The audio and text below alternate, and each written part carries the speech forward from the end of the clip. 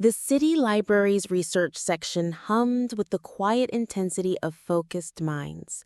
Maya Chen sat at her usual corner table, surrounded by stacks of medical journals and her battered laptop. The fluorescent lights cast harsh shadows under her eyes, emphasizing the exhaustion she'd been carrying for weeks. Her scrubs from her hospital shift were wrinkled beneath her worn cardigan, and her long black hair was pulled back in a messy bun held together with a pen. $127. That's all that remained in her checking account after paying rent. She'd counted it 3 times on her phone's banking app, hoping the numbers would somehow change. Her part-time research assistant position at the university barely covered basic expenses, and the grants for her graduate studies in public health had been cut due to budget constraints. Maya rubbed her temples, trying to focus on the journal article about community health initiatives in underserved areas. This research was everything to her, a chance to make a real difference in communities like the one where she'd grown up.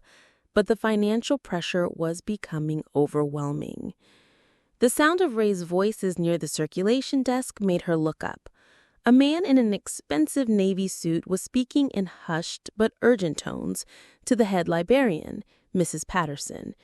Even from across the room, Maya could see the tension in his posture, the way his hands moved as he explained something that was clearly important to him. "I understand your concerns, Mr. Blackwood," Mrs. Patterson was saying, her voice carrying just enough for Maya to catch fragments. "But the city council's decision is final. We have until the end of the month." Maya's stomach dropped. She'd heard rumors about potential budget cuts, but seeing the distress on Mrs. Patterson's face made it real. This library had been her sanctuary since childhood, the place where she'd discovered her passion for helping others, where she'd spent countless hours studying for every exam that had gotten her this far. The man in the suit, Mr. Blackwood, ran his hand through his dark hair in frustration. "There has to be something we can do, some way to challenge this decision or find alternative funding." "Mr. Blackwood, I appreciate everything you've done for us, but we've explored every option. The community programs, the literacy initiatives, the after-school tutoring, it all ends in 3 weeks." Maya felt tears prick her eyes. The after-school program had been her lifeline as a kid, keeping her safe while her mother worked double shifts at the factory. Now other children would lose that same refuge. As if sensing her distress, the man looked in her direction. Their eyes met across the reference section, and Maya quickly looked down at her journal, embarrassed to be caught eavesdropping. But not before she noticed his eyes were deep green, filled with a sadness that matched her own. 20 minutes later, Maya was deep in reading about health disparities when someone cleared their throat nearby. She looked up to find the man from the circulation desk standing beside her table, holding 2 cups of coffee.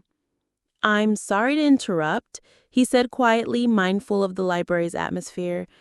"I noticed you seemed upset about what you overheard. I thought you might need this."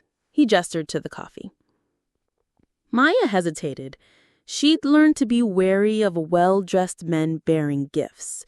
But something in this stranger's manner seemed genuinely kind, rather than predatory. "Thank you," she said softly, accepting the cup. The coffee was from the good cafe down the street, not the bitter brew from the library's vending machine. "That's very thoughtful." "I'm Alex," he said, sitting carefully in the chair across from her, as if asking permission. "Alex Blackwood." Maya Chen. She wrapped her hands around the warm cup, grateful for both the caffeine and the gesture. "I couldn't help but overhear about the library. Is it really going to close?" Alex's expression grew grim. "The entire building is being sold to developers. They want to tear it down and build luxury condos." His voice carried a bitterness that suggested this was personal for him. "But this place serves thousands of people," Maya said, her voice rising slightly before she caught herself and lowered it again. The literacy programs, the computer classes for seniors, the safe space for kids after school. Where will all of that go? Exactly what I've been asking the city council for months. You seem to know the programs well. Maya felt heat rise in her cheeks. I grew up using those programs. This library basically raised me while my mom worked double shifts at the factory. And now I do my graduate research here because I can't afford the fees to access academic databases anywhere else. Something shifted in Alex's expression. Not pity, but understanding. What kind of research? Public health, specifically looking at community-based interventions for health disparities in low-income neighborhoods. I'm trying to design programs that can actually work in communities like mine, not just theoretical models that look good on paper. Alex leaned forward, his interest clearly genuine. That's incredibly important work. How long have you been at it? 3 years for my master's, and I'm hoping to start my PhD next fall if I can figure out the funding. Maya's voice grew quieter, though that's looking less likely every day. They talked for another hour, and Maya found herself relaxing in a way she hadn't in months. Alex listened to her ideas without condescension, asked thoughtful questions, and seemed to genuinely value her perspective. I should let you get back to your work, Alex said, glancing at the clock on the wall. But Maya, would you be interested in having dinner sometime? Nothing fancy, just a chance to continue this conversation. Maya's instincts warred with each other. Every rational part of her mind said yes, but past experiences made her cautious. I don't know, she said honestly. I don't really have time for dating right now, and you don't know me from Adam, Alex finished with a gentle smile. I understand, but maybe we could start with coffee again sometime, as friends who both care about this library. Something in his phrasing, the acknowledgement of her hesitation without pressure, made Maya nod slowly. Coffee would be okay. Alex's smile was radiant. How about Thursday at 2? There's a place called Grind that's walking distance from here. I know Grind. Thursday works. As Alex gathered his things to leave, he paused. Maya, for what it's worth, your research sounds like exactly the kind of work the world needs more of. Don't let anyone convince you otherwise. After he left, Maya sat staring at her journal articles, but the words blurred together. When was the last time someone had encouraged her academic work without immediately following up with suggestions about more practical career paths? She pulled out her phone and Googled Alex Blackwood, curiosity getting the better of her. Their search results made her nearly drop her coffee cup. Alexander Blackwood, CEO and founder of Blackwood Industries, one of the fastest-growing tech companies in the country. The company specialized in healthcare technology solutions with a focus on making medical resources more accessible to underserved communities. He was 32, and his net worth was estimated to be around $800 million. Maya stared at the screen, her mind reeling. A billionaire CEO just bought her coffee at the library, not because he was trying to impress her with his wealth, he'd never mentioned his company, but because he was genuinely interested in her work. Everything she read suggested that Alex Blackwood was the rare wealthy person who actually used his resources to help others. But that almost made it worse. What could someone like her offer someone like him? Thursday arrived with an early autumn chill. Grind was busy with the afternoon crowd, but Maya spotted Alex immediately. She was sitting at a corner table, dressed casually in jeans and a dark green button-down that made his eyes even striking. Maya, thank you for coming, he said, standing to greet her. I was afraid you might change your mind. I considered it, Maya admitted. This feels a little surreal. Because I bought you coffee at the library? Alex looked puzzled. Because you're Alex Blackwood of Blackwood Industries, And I'm a graduate student who lives on ramen noodles and library coffee. Alex's expression shifted. You looked me up. Wouldn't you? Maya challenged gently. Absolutely, Alex said with a small laugh. And now you're wondering what I could possibly want with someone in your situation. The thought crossed my mind. Alex was quiet for a moment. Maya, can I tell you why I was at the library on Monday? He explained that his younger sister Emma had died 3 years ago from complications of diabetes because she couldn't consistently afford her insulin. She had been a passionate advocate for education and had tutored at that very library. Emma loved that library. She believed that education and access to information could change everything for a person. Is that why you started your company? Maya asked softly. Partly, I wanted to build technology that could help people like Emma, people who fall through the cracks of our healthcare system. And when I heard the library was closing, I've been trying to find a way to save it. Emma would have been devastated to see those programs disappear. He met her eyes directly. Maya, when I heard you talking about your research, about community health interventions, I realize you're working on exactly the kind of solutions I've been trying to fund. You understand these communities because you lived in them. You're not some academic theorizing from an ivory tower.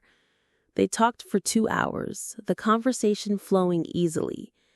Maya shared her stories about her family, her brother Danny's struggles with asthma in an under-resourced neighborhood, and her mother's worries about her academic career path. Alex listened without judgment, sharing his own struggles with the pressure of running a company and the loneliness that came with success. As they left the cafe, Alex hesitated. Maya, I know this might sound forward, but would you be interested in seeing where I work? I'd love to show you some of the projects we're developing. I think you'd have really valuable insights. Maya was wary of the invitation, feeling it was a step beyond just coffee. I don't know if that's appropriate. We barely know each other. You're right, Alex said immediately, respecting her boundaries. I'm sorry, I don't want to make you uncomfortable. His respectful retreat made Maya reconsider. Actually, I'd like to see your work.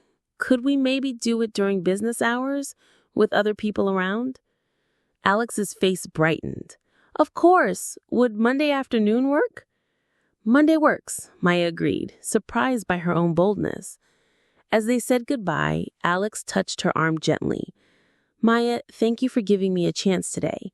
I know my situation makes things complicated. Your situation? The money thing, Alex said with a self-deprecating smile. I know it creates weird power dynamics. I don't want you to ever feel like you owe me anything or that I'm trying to impress you with what I have instead of who I am. Alex, what impressed me today wasn't your company or your success. It was that you listened to me talk about health disparities for 2 hours and asked follow-up questions. That's rarer than you might think. On Monday, Maya stood in the gleaming marble lobby of the Blackwood Industries Tower, feeling out of place in her borrowed blazer. Alex, dressed in his usual jeans and button-down, greeted her warmly and led her to the 12th floor. The office was a vibrant, open space, a far cry from the sterile corporate environments she'd imagined. Alex introduced her to Dr. Sarah Kim, the head of Community Health Initiatives. For the next hour, Dr. Kim and her team showed Maya project after project: mobile health clinics, apps to navigate insurance, and partnerships with community organizations. It was all grounded in a deep understanding of community needs. The key is that we don't just drop technology into communities and hope it works. We spend months learning from community leaders, understanding the specific barriers people face, and adapting our solutions accordingly. That's exactly what I've been arguing in my research, Maya said excitedly. Her insights were so valued that Dr. Kim offered her a consulting position on the spot. We could really use someone with your background and research expertise, she suggested, a few hours a week to review their strategies. Maya was taken aback, immediately wary that it was charity orchestrated by Alex. Maya, Dr. Kim interrupted gently, I've been doing this work for 15 years. I wouldn't offer you a consulting position to be nice to Alex's friend. I'd offer it because you clearly understand these issues in ways that could make our work more effective. As Alex walked her to the elevators, Maya's mind was spinning. Alex, can I ask you something personal? Are you interested in me romantically? Or am I a project that makes you feel good about yourself? I'm definitely interested in you romantically.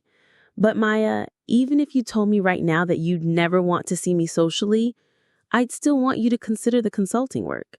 Your insights today were genuinely valuable. He assured her that Dr. Kim had full authority and wouldn't create fake work for his love life. What if I said yes to dinner and yes to the consulting work? Maya asked, feeling a surge of confidence. Then I'd say you're braver than I am, because mixing business and personal relationships is usually a terrible idea. Usually, Maya agreed, but maybe we're not usual people. Over the next 2 weeks, Maya settled into a new routine. The consulting work was fulfilling, allowing her to apply her research in meaningful ways. The team at Blackwood Industries treated her as a respected colleague, and her suggestions led to significant improvements in their projects.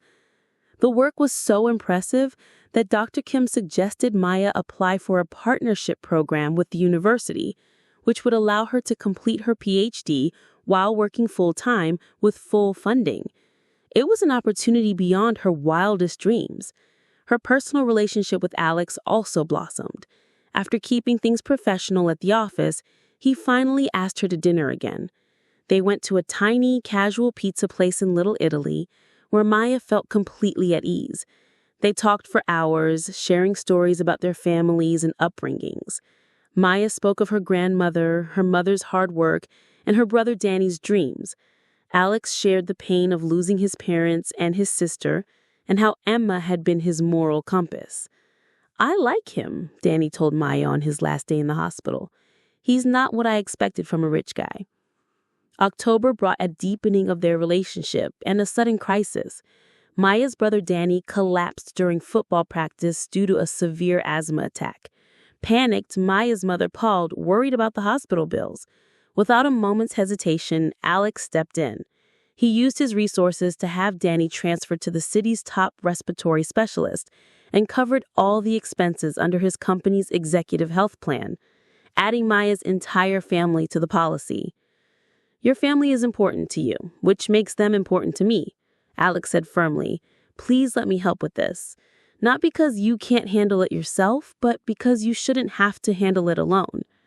Over the next few days, Alex's natural kindness and easy manner with her family won them over completely. He treated them with respect, never making them feel like a charity case. Driving back to the city after Danny was settled at home, Maya finally voiced her fears. I'm scared of how much I'm starting to depend on you, of the fact that I'm falling in love with you too. You have more power in this relationship than you realize, Alex told her. You could break my heart with a single word. He listened as she explained her need for balance and honesty, agreeing to her terms without hesitation. I want to pay you back for Danny's medical expenses, she insisted. If you need to pay back the medical expenses to feel comfortable, we can work out a plan. And Maya, I love you, too. Really, truly love you. Just as things seemed to be falling into place, a new challenge emerged. The university raised concerns about a conflict of interest regarding her relationship with Alex and her consulting work. Dr. Williams, her program director, gave her an ultimatum: end her relationship with Alex or her work with his company. Devastated, Maya didn't know which way to turn. The consulting work was the most meaningful work she'd ever done, and her relationship with Alex had become central to her happiness. Alex, hearing the news, was immediately supportive. This is my fault, he said. I should have anticipated this kind of scrutiny. He suggested a third option. She could come work for Blackwood Industries full-time, complete her doctorate through our university partnership program, and we can figure out the personal side separately. But Maya worried that would only worsen the power imbalance. After a heart-to-heart with her mother, who encouraged her to fight for what she wanted, Maya found a fourth option. She requested a meeting with the full graduate committee to defend her integrity and her choices. She spent the weekend preparing, and on Monday morning, she walked into the committee meeting ready to fight. She presented a detailed account of her work, demonstrating how her personal connection to Alex made her a more, not less critical and invested researcher. She showed data proving her feedback had led to significant program improvements. My personal background, growing up in an underserved community, understanding healthcare access barriers firsthand, isn't a conflict of interest. It's a qualification.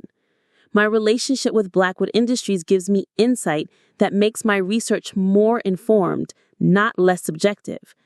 She proposed a solution, formalizing her relationship with the company through the university's industry partnership program, creating official oversight and transparency. The committee was impressed. 3 days later, they approved her proposal. Maya had successfully fought for her right to have it all: the meaningful work, the academic career, and the man she loved. Winter settled over the city as Maya and Alex's partnership, both personal and professional, deepened. The new oversight structure strengthened her work, and the maternal health pilot she was leading saw extraordinary results. One evening, feeling secure in their future, Maya brought up the idea of moving in together. Alex was overjoyed, admitting he'd wanted to ask for months but hadn't wanted to pressure her. Then she proposed something even bigger: a research institute, a partnership between Blackwood Industries and the university, dedicated to developing and testing community health interventions at scale. Alex was captivated by the vision. "Maya, this is exactly the kind of project Emma would have loved," he said, committing a $50 million initial investment on the spot. 6 months later, the proposal for the Chen-Blackwood Institute for Community Health Innovation passed the university board unanimously. Their dream was becoming a reality. Spring brought more new beginnings. They had settled into a comfortable rhythm at Alex's penthouse, and the institute was launching its first major project. One evening, Alex surprised her. He dropped to one knee, a velvet box in his hand, and asked her to be his wife. "Yes," she whispered through tears of joy. "Of course, yes." They decided on a wedding the following fall, giving them time to get the institute firmly established. The year flew by in a whirlwind of professional success and personal happiness. On a perfect October afternoon, Maya walked down the aisle on her mother's arm. The ceremony was intimate and heartfelt, a celebration of their shared journey. Their vows reflected the depth of their partnership. "You showed me what it means to live with purpose, to love without conditions," Alex promised. "You didn't try to rescue me or fix me or change me.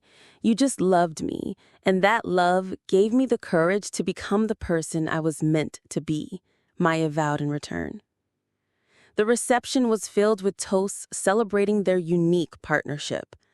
As they danced their first dance, Maya reflected on how far they had come. "Together is better," Alex agreed, spinning her gracefully. 5 years later, Maya stood at the podium of the National Public Health Conference, accepting the Excellence in Community Health Innovation Award. The Chen-Blackwood Institute was a nationally recognized success, having improved the lives of over 100,000 people. In the front row, Alex sat beaming, holding their 6-month-old daughter, Emma. This award isn't really about individual achievement. It's about what's possible when we combine rigorous research with adequate resources and genuine community partnership. Afterward, as they walked through the hotel lobby, Maya reflected on their journey. "Do you ever think about that first day we met?" she asked Alex. "I think about it all the time," he admitted. "But Maya, I also think we would have found each other somehow. People who are meant to be partners usually find a way." Looking down at their daughter, then at their husband, Maya felt a deep contentment. Their love story was about more than romance. It was about two people lifting each other up to make the world a better place. It was a partnership that started with a chance encounter in a library and had grown to change the world, one community at a time.